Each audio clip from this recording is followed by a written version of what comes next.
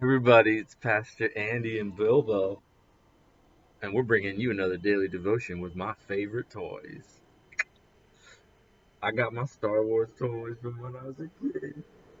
I got Luke, I got Yoda, I got a whole bunch over there actually. But for now, I wanted to use them to help me talk about something. When I was a kid, and to some extent even now, these guys are my heroes, right? They represent all that is good, all that is brave, all that is true, all that is faithful and loving, even if they were in a galaxy far, far away. They taught me good things. They taught me what it was to be a heroic person. Much like Jesus, of course. Hopefully, Jesus more so. And hopefully, we're some real people. But lately, I've been thinking about how people let us down. And I've been thinking of the ways that heroes, often in the end, we discover aren't quite as perfect as we thought they were. They all have character flaws, you know? There's always things that disappoint us. And so lately I've been wondering, even after some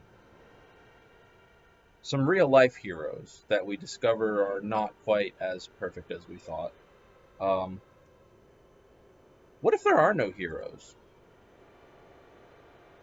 What if there are heroic moments that each of us are invited to embrace?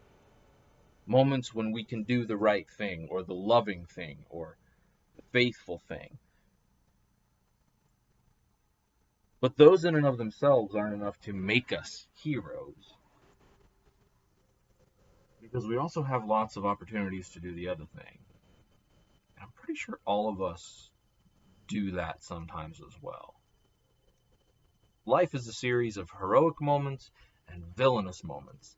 And the same is true, I would say, for Luke and Yoda and any other character that we happen to like. The only one that might not be the case for is Jesus himself. But as I look back through the influences in history on what I think it is to be a good person, people in my life, I know they all have issues too. And I wonder if there's actually a danger in idealizing our heroes too much. Google can't look at me right now because he knows that I'm not always a hero. It's true.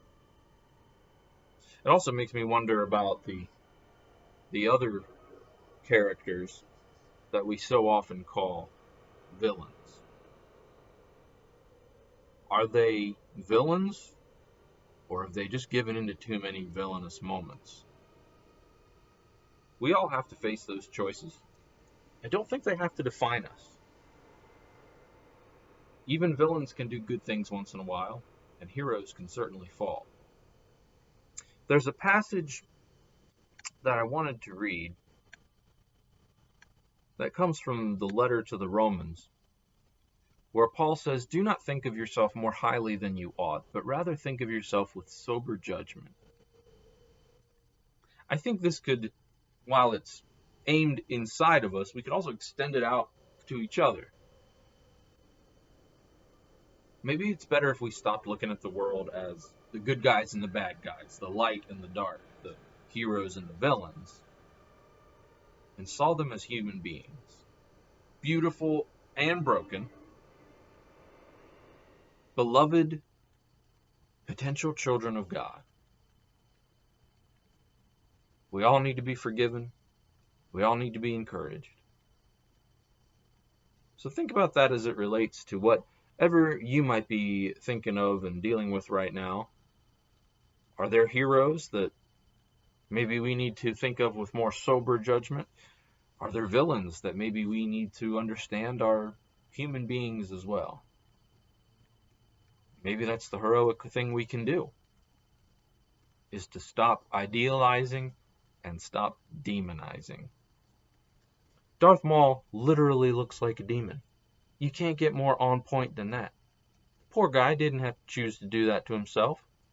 Somebody painted his face, and he felt like he had maybe no choice. I don't know. Don't paint people entirely one thing or another. Don't paint yourself one thing entirely or another. God knows that we are worthy of love and in need of change. This is Pastor Andy from Antioch Church of the Brethren saying, may the force be with you.